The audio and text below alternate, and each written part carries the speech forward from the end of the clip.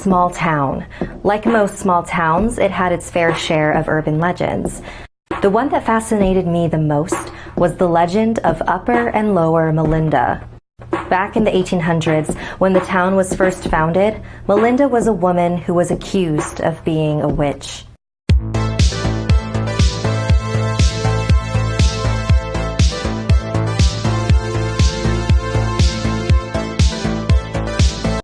One day, Melinda's home was broken into by an angry mob of townsfolk. They grabbed her, tied her hands, and dragged her from her house to the center of town, all the while she kicked and screamed, insisting she was innocent. When they reached the gallows, the executioner tied a noose around her neck. "Any last words?"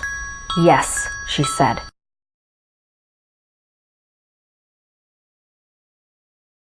"Mark my words, you are making a huge mistake. And as long as the two halves of my body touch, the people of this town will be forever cursed." Shouts erupted from the crowd as Melinda was strung up and took her final breath. Typically in this town, when a woman was hung for being a witch, her body was then cut in half. This is me. This is also me. With Axe's matte wax, I can turn my natural curly hair into something that truly expresses myself. The town's elders believed this stopped the spread of dark magic that may have prevented the witch from being killed. Terrified of her curse, the townsfolk then buried the two halves of her body far away from each other.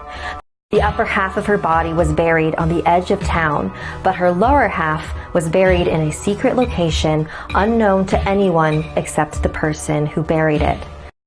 Now, about 200 years later, the whereabouts of her lower half are still unknown. Some people believe it's because whenever you visit Upper Melinda's resting place, her lower half crawls closer and closer to it. I wasn't sure if I believed any of this, but I love a good spooky legend. So one fall afternoon, I decided to pay a visit to Upper Melinda to see if there really was a marked grave. I traveled to the old abandoned barn all the way at the edge of town. As soon as I reached the tomb, the clear autumn sky turned dark and gray. The breeze quickly gained speed and swirled around her. And I could have sworn I heard the wind sound like a whisper. "You set me free." Then everything returned to the way it was. I thought it was such a creepy coincidence.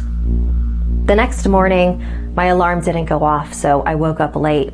I realized that I had missed my bus, so my mom offered to take me to school. When we got there, we learned that the bus I was supposed to be on was in an accident.